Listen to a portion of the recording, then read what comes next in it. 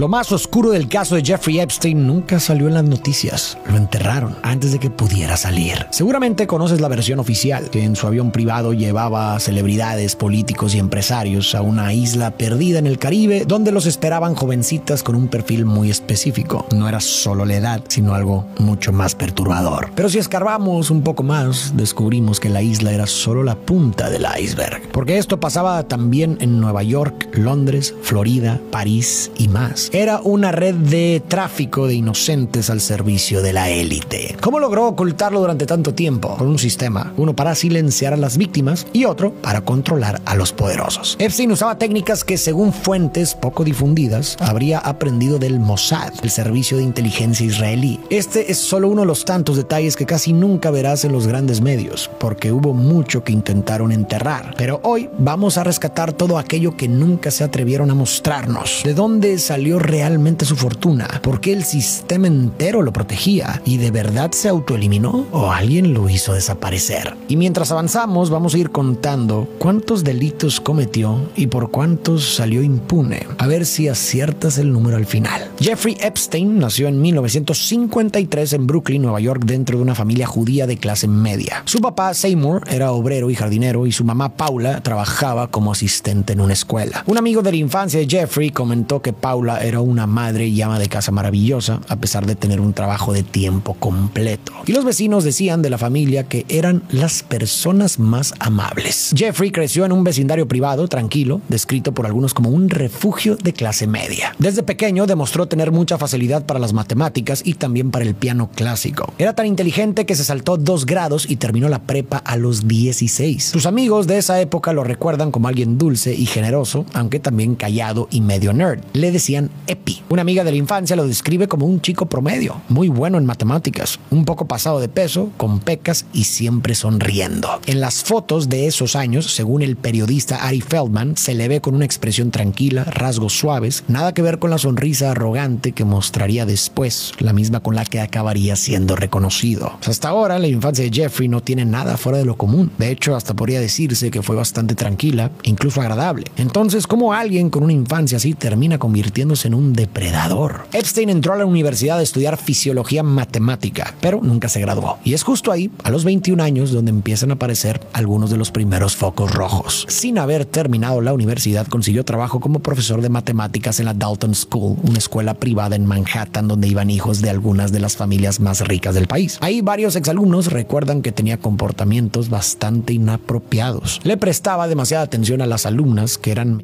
de edad e incluso asistía a fiestas donde coqueteaba abiertamente con ellas. Y aquí encontramos su primer acto cuestionable sin consecuencias. En una junta de la escuela, Epstein, con lo inteligente que era, impresionó tanto al papá de uno de sus alumnos que este lo recomendó con Alan Greenberg, CEO de Bear Stearns, una de las firmas de inversión más grandes y respetadas de Wall Street en ese momento. Esa conexión cambiaría su vida para siempre, pues poco después Epstein fue despedido de la escuela por bajo rendimiento y Greenberg no dudó en ofrecerle trabajo en Bear Stearns. Entró como asistente junior de un operador de bolsa, pero rápidamente destacó. Tenía talento para tratar con clientes millonarios y ofrecerles estrategias para pagar menos impuestos. Aquí encontramos su segundo acto cuestionable, jugando en la línea delgada de la ilegalidad. ¿Y recibió alguna consecuencia? No, al contrario, lo premiaron, lo hicieron socio limitado. Sin embargo, al poco tiempo metió la pata. En una de sus jugadas financieras, Epstein rompió una ley, lo que obligó a la empresa a despedirlo. Epstein fundó su propia empresa de consultoría.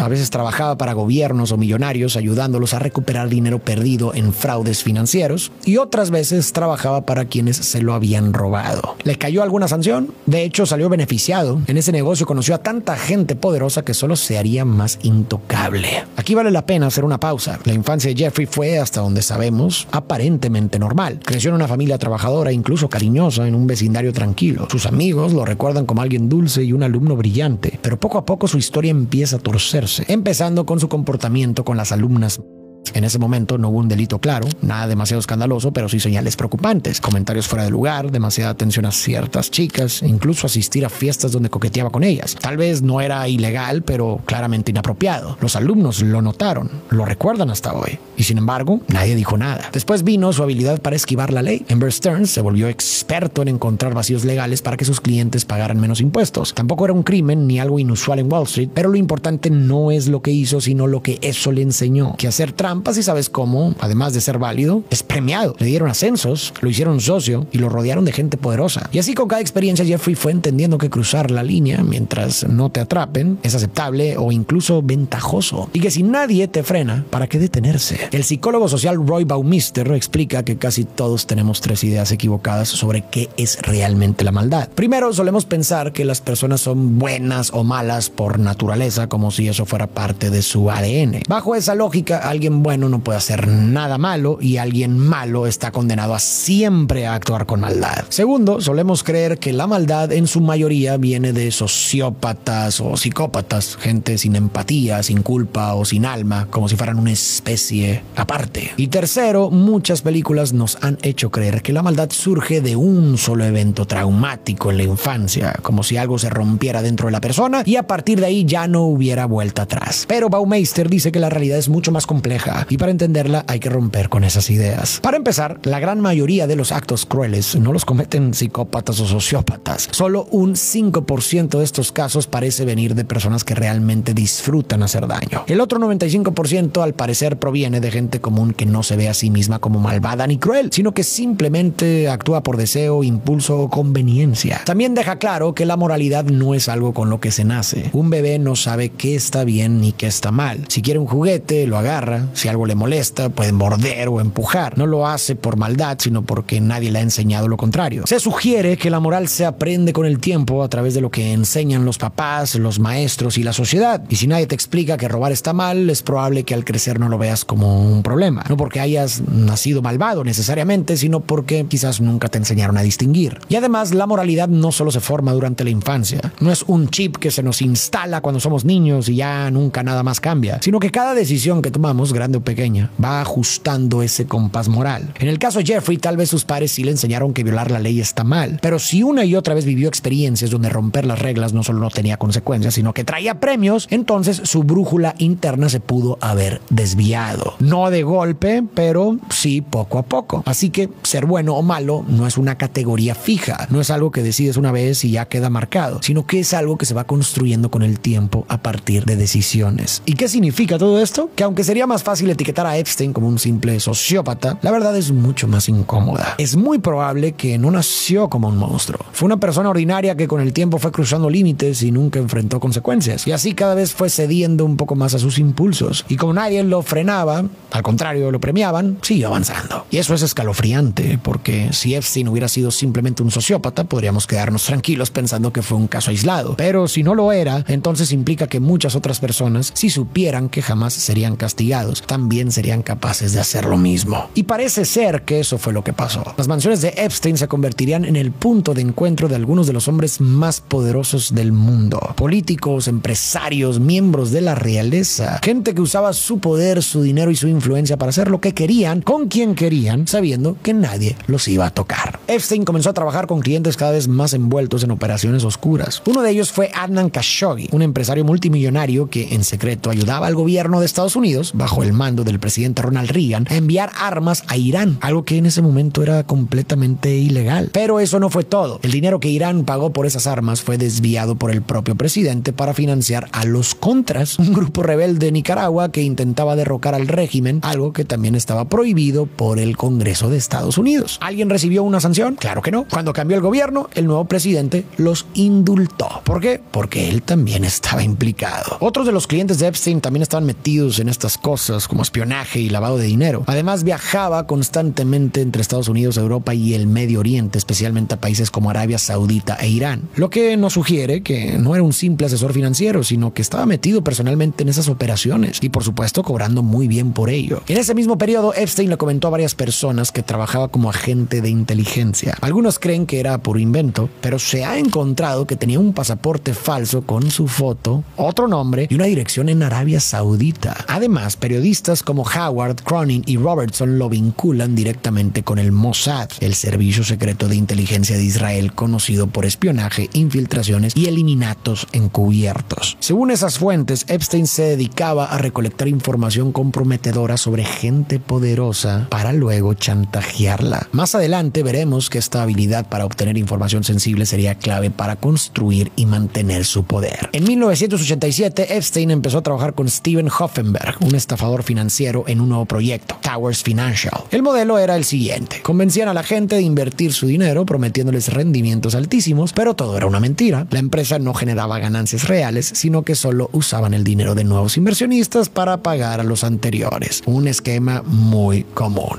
un esquema Ponzi tal cual. Mientras tanto, ellos se quedaban con millones, viajaban en jets privados y llevaban una vida de lujo. Cuando el fraude se destapó, se reveló como uno de los más grandes en la historia de Estados Unidos, con un robo equivalente a casi $1,000 millones actuales. Y Epstein, como había salido de la empresa unos años antes, no fue condenado por nada. En 1988, Jeffrey Epstein fundó su propia firma financiera, J. Epstein & Company. Según él, solo aceptaba clientes con más de $1,000 millones.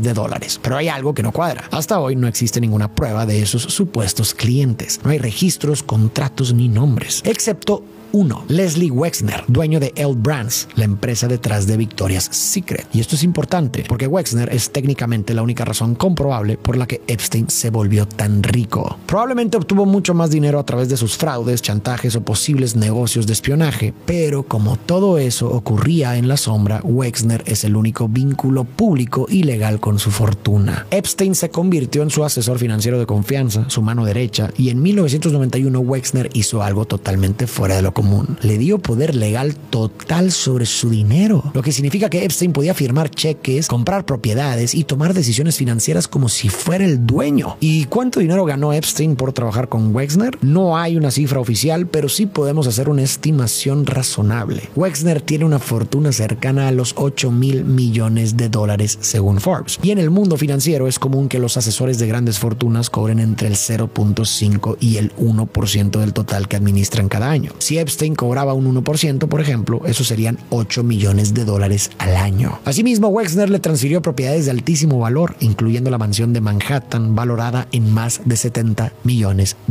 Pero esta no era una mansión cualquiera, era posiblemente la residencia privada más grande de todo Manhattan, ubicada entre la Quinta Avenida y Madison, una de las zonas más exclusivas y caras de todo Nueva York. Sin embargo, esta mansión se volvería el escenario de múltiples donde decenas de chicas jóvenes entrarían sin saber realmente a qué iban. Sumando todo, se estima que Epstein ganó al menos $200 millones gracias a su relación con Wexner. Pero incluso eso se quedó corto, porque cuando todo salió a la luz, Wexner declaró que Epstein lo había defraudado, robándole $46 millones. A partir de su relación con Wexner, Epstein empezó a moverse en círculos cada vez más exclusivos. Asistía a desfiles de Victoria's Secret, a salir con modelos y a rodearse de figuras de alto perfil como Donald Trump, Bill Clinton y el príncipe Andrés. De hecho, Trump llegó a decir: Jeff es un tipo estupendo, es muy divertido estar con él. Incluso se dice que le gustan las mujeres hermosas tanto como a mí, y muchas de ellas son bastante jóvenes. No hay duda, Jeffrey disfruta de su vida social. Probablemente hoy daría lo que fuera por borrar esa cita. Ese mismo año en que Wexner lo convirtió en su mano derecha, Epstein tuvo otro encuentro clave. Conoció a Ghislaine Maxwell. Ghislaine era hija de Robert Maxwell, un magnate británico conocido por su estilo de vida exagerado: mansiones, helicópteros privado, yate de lujo. Pero detrás de toda esa opulencia había algo turbio. Cuando Robert murió, en circunstancias bastante sospechosas, por cierto, salió a la luz que había robado más de $400 millones de los fondos de pensión de sus propias empresas. Mientras él llevaba una vida de excesos, dejó a miles de empleados sin los ahorros de toda su vida. Fue uno de los escándalos financieros más grandes de la época, y la familia Maxwell cayó en desgracia pública. Ghislaine, que había crecido rodeada de privilegios, de pronto lo perdió todo: la fortuna, el estatus y el acceso a la élite. Hasta que conoció a Epstein, un hombre con dinero, conexiones y que, al igual que su padre, no tenía problema en meterse en negocios turbios. Al principio, Epstein y Ghislaine tuvieron una relación romántica y ella se volvió su mano derecha en todo lo personal. Organizaba su agenda, supervisaba al personal doméstico, coordinaba las fiestas y era quien le presentaba a gente influyente. A cambio, Epstein le ayudaba a mantener el estilo de vida al que siempre había estado acostumbrada. Incluso le compró un departamento propio en Nueva York, a solo unas cuadras de su mansión. Fue en esta época cuando todo empezó a ponerse realmente turbio. Aunque la mayoría asocia los con la isla de Epstein, en realidad todo había comenzado mucho antes, en su departamento de Nueva York, donde empezaron a definir su forma de operar. No está del todo claro cómo inició. Lo que sí sabemos es que desde 1991 Epstein empezó a usar su poder y contactos para atraer a chicas jóvenes. Usaba su vínculo con Victoria's Secret para hacerles creer que podía conseguirles trabajo como modelos. Y claro, una vez que entraban a su departamento ya te imaginarás lo que realmente pasaba. Sin embargo, lo que al principio eran encuentros aislados pronto se convirtió en algo mucho más perverso. Junto con Ghislaine armaron un sistema, un manual sobre cómo acercarse a las chicas, qué decirles y cómo ganarse su confianza. Ya no era algo esporádico, ya era un sistema. Y no solo eso, hasta contrataron a una chica para ejecutar ese método. En los registros judiciales aparece bajo el nombre de Tiffany. Ella misma testificó que durante 9 años, de 1991 al 2000, ese fue su trabajo, reclutar chicas para Epstein. ¿Y a quiénes buscaban? A las más vulnerables, chicas de familias rotas, con historias de adicciones o abandono, sin dinero y sin casa, o simplemente solas en la ciudad, sin nadie que las protegiera. Eso sí, todas tenían algo en común: eran demasiado jóvenes, tanto que ni siquiera sería adecuado llamarlas jovencitas. La palabra correcta sería, pero para que el algoritmo no se asuste, digamos jovencitas, y tú sabes a qué me refiero. Según el testimonio de Jane Doe, ella fue reclutada con apenas 13. Tiffany se acercó con ella diciéndole que Jeffrey estaba buscando modelos para probar ropa o participar en sesiones de fotografía. Le indicó que todo estaba bajo el sello de Victoria's Secret, mencionando que podrían surgir contactos en el mundo de la moda. La entrevista informal se haría en el departamento de Epstein, donde supuestamente le darían más detalles y le enseñarían cómo prepararse. Una vez en la mansión, fue llevada a una habitación donde Epstein la obligó a hacer actos,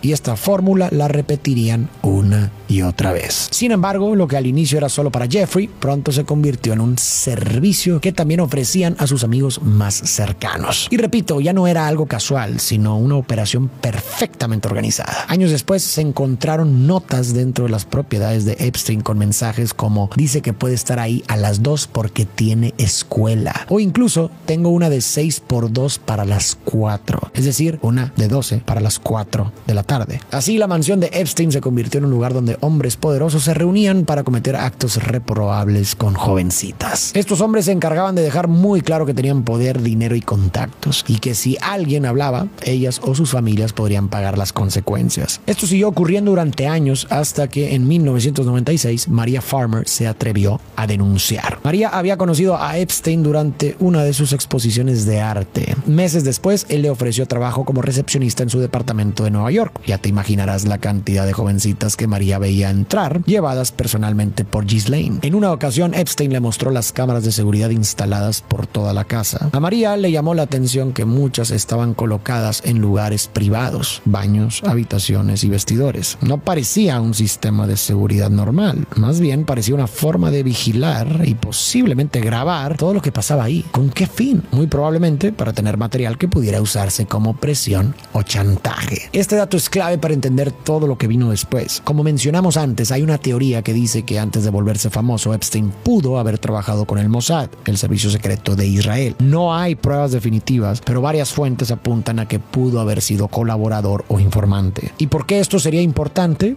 Porque el Mossad, como muchas agencias de inteligencia, ha sido conocido por usar un método muy efectivo para controlar a figuras poderosas: el chantaje. Los atraen a situaciones comprometedoras, los graban y luego usan ese material como herramienta de presión o protección. Entonces, si Epstein realmente grababa lo que ocurría con sus invitados, esa podría ser la clave de cómo logró salirse con la suya durante tantos años. Si tenía a políticos, empresarios o celebridades registrados en situaciones delicadas, les quitaba cualquier posibilidad de delatarlo. Y si alguno se atrevía a traicionarlo, tenía con qué callarlo. En 1996, Maria estaba trabajando en una obra de arte que Epstein le había encargado. Un día, mientras se hospedaba en una de sus propiedades, Ghislaine entró a su habitación y le dijo: a Jeffrey le gustaría que le des un masaje en los pies. A Maria le pareció extraño, pero no supo cómo decir que no. Luego Epstein le pidió que se sentara junto a él en la cama. Ella dudó, pero terminó haciéndolo. Entonces Ghislaine se sentó al otro lado y entre los dos empezaron a tocarla. Maria quería salir corriendo, pero estaba paralizada. Mientras Epstein la manoseaba, Ghislaine intentaba calmarla, le acariciaba el brazo y le susurraba que todo estaba bien. Después de eso, Maria llamó a la policía de Nueva York y al FBI para denunciar la agresión. Los agentes tomaron su declaración y parecían genuinamente preocupados. Pero pasaron los días y ¿qué pasó?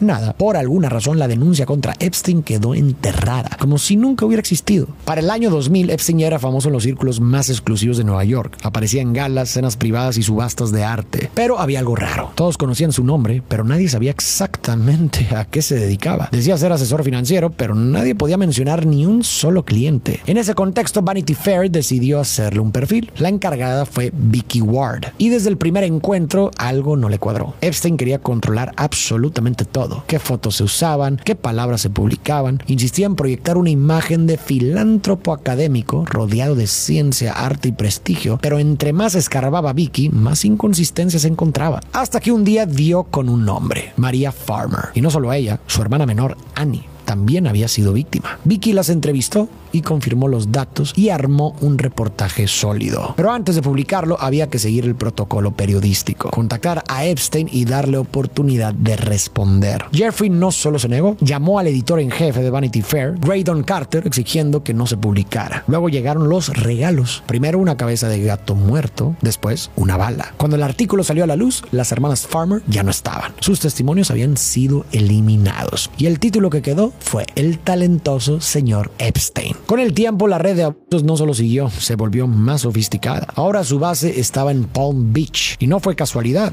Palm Beach es una isla separada del resto de Florida, conectada solo por unos pocos puentes. Un lugar exclusivo, casi inaccesible, perfecto para esconder lo que realmente pasaba. Lo más inquietante es que su mansión estaba a solo unos minutos de una zona mucho más humilde. El terreno perfecto para encontrar chicas vulnerables con necesidades económicas o afectivas que Epstein sabía exactamente cómo aprovechar. Para entonces esto ya no era solo una mujer reclutando, sino una red completa. Tenía chicas infiltradas en preparatorias de bajos recursos. Les pedían que identificaran a otras jóvenes que parecieran necesitadas. Luego se les acercaban con una oferta. ¿Quieres ganar $200 para dar un masaje de 30 minutos? Estaban desesperadas y era dinero fácil, así que muchas aceptaban. Pero al llegar a la casa se encontraban con que en la mesa de masajes Jeffrey estaba completamente desnudo. Lo que pasaba después podemos imaginarlo. Y al final Jeffrey les decía, aquí están tus $200 y otros 200 para la chica que te trajo. Esto siguió por años hasta que en 2005 una jovencita le confesó a su madrastra que un hombre rico la había tocado. La mujer llamó a la policía y comentó que sospechaba que su hijastra no había sido la única. La policía investigó a Epstein durante más de un año, pero en el camino Michael Reiter, el jefe de la policía, notó algo preocupante. Barry Krischer, el fiscal estatal, es decir, la persona que representa al estado y decide qué cargos presentar, estaba siendo demasiado blando con el caso. Así que Ritter decidió escalarlo y pidió ayuda al FBI. Encontraron fotos de libros de sadomasoquismo y testimonios de empleados que decían que Epstein recibía masajes hasta 3 veces al día. Hallaron datos de chicas que fueron reclutadas de Sudamérica y Europa, al igual que unas trillizas de 12 que fueron traídas desde Francia para el cumpleaños de Epstein y regresadas al día siguiente después de haber sido utilizadas por él. El FBI logró identificar a 34 jovencitas como víctimas directas. La policía de Palm Beach estableció que Epstein debía ser acusado de 4 cargos por relaciones ilegales con y un cargo por Michael, el jefe de la policía, estaba convencido de que lo iban a condenar. Había demasiadas pruebas. Sin embargo, Krischer, el fiscal, tomó una decisión que nadie entendía. En lugar de presentar los cargos y llevar a Epstein a juicio, envió el caso a un gran jurado. Un gran jurado es un grupo de ciudadanos que revisa la evidencia y decide si hay pruebas suficientes para acusar formalmente. Pero este proceso, que ocurre a puerta cerrada, suele usarse, y todos lo sabían, para suavizar los cargos o evitar condenas fuertes. Y eso fue lo que pasó, pero llevado al extremo. Epstein terminó acusado solo de un cargo menor por solicitud de prostitución. Nada por uso de jovencitas, aunque la gran mayoría de las víctimas eran de 14 y 15. El FBI no se quedó conforme. Abrió una nueva investigación y logró presentar una acusación formal más completa. Pero otra vez el caso quedó en manos del fiscal federal del Distrito Sur de Florida, Alex Acosta. Y otra vez hubo un acuerdo. Epstein aceptó declararse culpable por 2 cargos graves de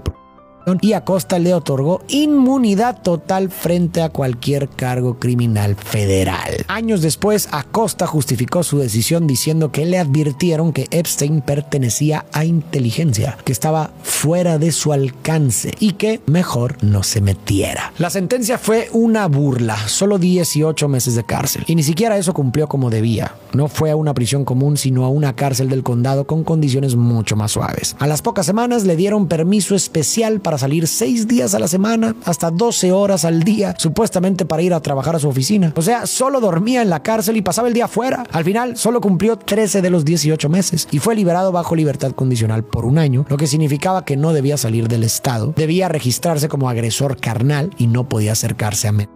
¿Y qué fue lo que sucedió? Viajaba en su jet privado, iba a sus propiedades en Nueva York y a las Islas Vírgenes y, según testigos posteriores, volvió a hacer exactamente lo mismo: reclutar, pagar y encubrir. Y como si todo eso no fuera suficiente, Epstein todavía tuvo tiempo para algo más: jugar un papel clave en la crisis financiera de 2008, esa que dejó a millones sin casa, sin trabajo y sin ahorros. No le bastó con arruinar vidas en privado, sino también ayudó a hundir la economía global. Entre 2000 y 2007, Epstein fue presidente de una empresa llamada Liquid Funding, que se dedicaba a prestarle dinero a bancos y otras instituciones financieras. Hasta ahí, todo normal. Pero bajo su dirección introdujeron una supuesta innovación. Empezaron a aceptar otro tipo de garantías para asegurar esos préstamos. Antes se usaban activos sólidos como acciones o bonos, pero la empresa de Epstein empezó a aceptar paquetes de hipotecas, o sea, deudas de personas comunes que estaban pagando su casa a plazos. La lógica era que si las personas seguían pagando mes con mes, entonces el préstamo estaba asegurado. Pero había un gran problema: muchas de esas hipotecas eran riesgosas, otorgadas a gente que probablemente no iba a poder seguir pagando, y aún así se vendían como inversiones seguras. Y entonces pasó lo inevitable: miles de personas dejaron de pagar sus hipotecas y esas garantías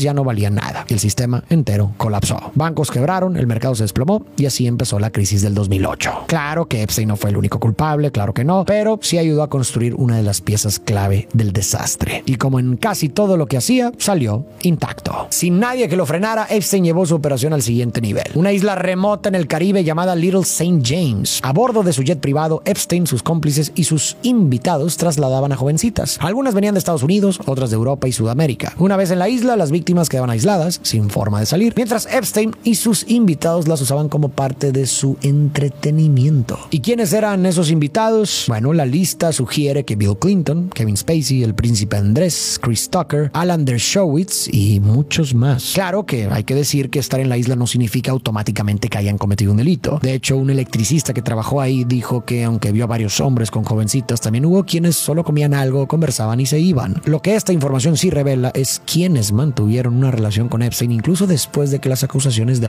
a jovencitas y su registro oficial como agresor carnal se hicieron públicas, y lamentablemente también con sus... Pero en 2015 algo cambió. Virginia Roberts tuvo el valor de presentar una demanda. Afirmaba que con solo 15 había sido reclutada por Epstein y Ghislaine para ser una esclava carnal. La habían presionado para tener relaciones con el príncipe Andrés. Sus declaraciones se convirtieron en noticia internacional. Y aunque tristemente no pasó nada en lo legal, algo muy importante sí sucedió. Muchas mujeres que vieron lo que hizo Virginia empezaron a pensar que quizá ellas también podían hablar. Fue así como en 2016 una mujer identificada como Katie Johnson presentó otra demanda relatando que a sus 13 había sido atraída a las fiestas de Epstein con promesas de dinero y una carrera de modelaje. Y ella asegura que Donald Trump, en ese momento candidato a la presidencia de Estados Unidos, la golpeó y la forzó. Después de eso, Epstein procedió a hacer lo mismo. Esta acusación fue una bomba mediática. El público empezó a preguntarse qué tan profundo era el alcance de los actos de Epstein y de su círculo íntimo. Pero nuevamente, la justicia no avanzó. Katie recibió tantas amenazas que se vio obligada a retirar la demanda. Sin embargo, Julie Brown, una reportera del Miami Herald, no soltó el caso. Durante más de un año se dedicó a rastrear miles de documentos judiciales, muchos de ellos sellados o convenientemente perdidos. Encontró testimonios, reportes policiales y pruebas que en su momento nadie usó para llevar a Epstein ante la justicia como se debía. Localizó a varias víctimas, las entrevistó y confirmó que al menos 80 jovencitas habían sido abusadas, aunque luego se estimaría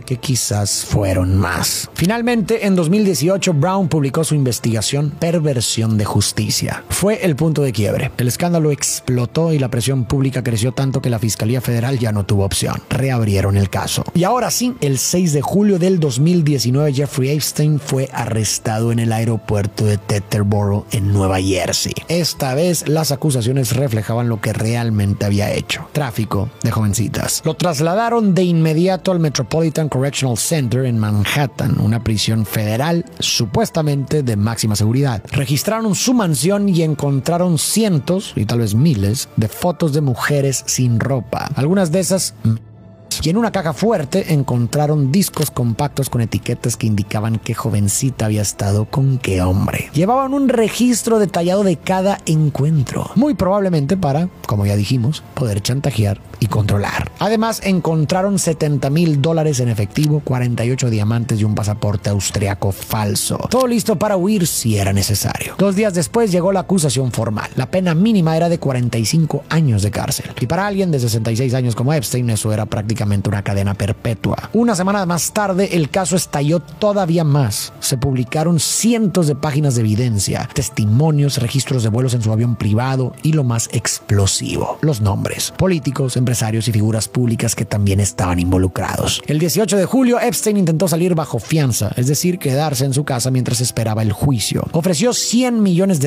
arresto domiciliario en su mansión de Manhattan y un brazalete electrónico para que lo vigilaran. Pero el juez no se lo permitió. Con su historial, sus conexiones y su dinero, estaba claro que no podían darle ni un centímetro para moverse. Fue un golpe duro para Epstein, un hombre que durante años había doblado la ley a su favor, ahora se daba cuenta de que ya no tenía privilegios ni salidas. Al día siguiente, el 19 de julio, la presión pública dio resultado. Alex Acosta, ese fiscal que en aquel entonces había hecho su trabajo de manera vergonzosa y que fue premiado como secretario de Trabajo de Donald Trump, se vio obligado a renunciar. Unos días después ocurrieron una serie de circunstancias muy particulares. Cuando Epstein fue llevado a la cárcel, se había establecido que tendría un compañero de celda y que los guardias debían revisarlo cada 30 minutos. Pero la noche del 9 de agosto, su compañero fue trasladado y nadie ocupó su lugar. Además, los guardias se quedaron dormidos durante casi 3 horas y más tarde falsificaron los reportes para encubrirlo. Por si fuera poco, 2 cámaras frente a la celda dejaron de funcionar y una tercera tenía el material dañado. A la mañana siguiente, el 10 de agosto, mientras repartían el desayuno, encontraron a Epstein inconsciente en paro cardíaco. Estaba de rodillas con un pedazo de sábana atado al cuello. Lo llevaron al hospital, donde fue declarado muerto a las 6:39 de la mañana. Pero ni siquiera su muerte fue manejada correctamente. Movieron el cuerpo sin tratar la celda como una escena del crimen, como exige el protocolo. Ni siquiera lo fotografiaron tal como lo encontraron. Todas estas irregularidades, los guardias dormidos, los reportes falsificados, las cámaras que fallaron, el protocolo que no se siguió, han alimentado las teorías de que Epstein no se autoeliminó, sino que fue eliminado. Y no sería tan descabellada esta teoría porque su muerte definitivamente beneficiaba a muchos. Epstein tenía información sobre hombres poderosos con dinero, influencia y mucho que perder si todo salía a la luz. Con su muerte ya no habría juicio, ni más nombres, ni más testimonios. El caso podía cerrarse sin más consecuencias. Y hay un detalle más que alimenta las dudas. Epstein fue la primera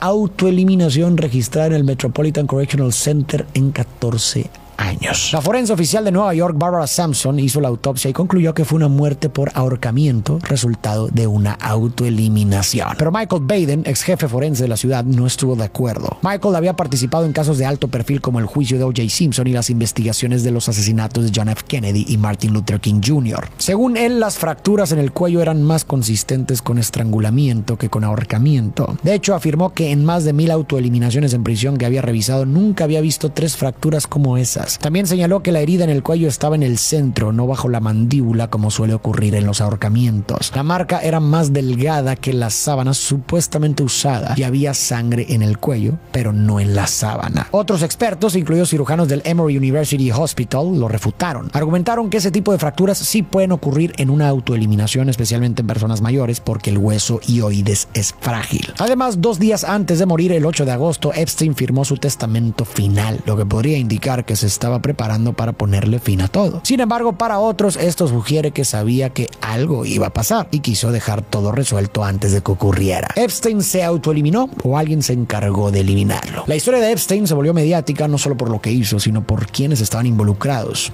políticos, empresarios y celebridades. Si no hubiera sido por esos nombres de alto perfil, quién sabe si alguien lo hubiera investigado o detenido. Quizás hoy seguiría haciéndolo. La dura realidad es que hay muchísimas mujeres viviendo lo mismo, pero como no sucede en islas privadas ni en mansiones de Manhattan, sino en casas normales, oficinas y escuelas, como no hay famosos ni titulares escandalosos, el simplemente pasa desapercibido. Nadie investiga, nadie se indigna y nadie lo detiene. Según la ONU, casi 1 de cada 3 mujeres en el mundo, unas 736 millones, ha sufrido física o carnal en algún momento de su vida. UNICEF calcula que más de 370 millones de pequeñas han sido víctimas de carnal en su infancia. En Estados Unidos ocurre una agresión carnal cada 68 segundos. En México, solo en 2021 se registraron 1.7 millones de delitos carnales contra mujeres, lo que equivale a 243 intimaciones al día. Sin embargo, estas cifras son apenas la punta del iceberg, porque la mayoría de las víctimas ni siquiera denuncia. Sería fácil y hasta cómodo etiquetar a Epstein como un sociópata, inhumano o una anomalía, pero viendo las cifras es evidente que no fue una excepción. Sin embargo, como vimos antes, las personas que hacen daño no nacen así. Sí, pueden tener mal manejo de emociones, falta de empatía o impulsos peligrosos, pero eso por sí solo no basta para convertirse en abusadores. Lo que parece más fundamental es que cruzan una línea y nadie dice nada. Cruzan otra y los premian. Cruzan una más y entienden que pueden hacer lo que quieran sin consecuencias. Porque la moralidad se aprende y hoy con nuestro silencio, nuestra indiferencia y la impunidad que dejamos pasar, lo que muchas veces se aprende no es empatía ni respeto, sino que la vida funciona y que se puede repetir sin freno. Esto no es en lo absoluto una justificación de lo que hizo Epstein. La responsabilidad de sus decisiones y actos recae en él. Pero si como sociedad de verdad queremos evitar que casos así se repitan, entonces tenemos que cambiar las condiciones que los hacen posibles.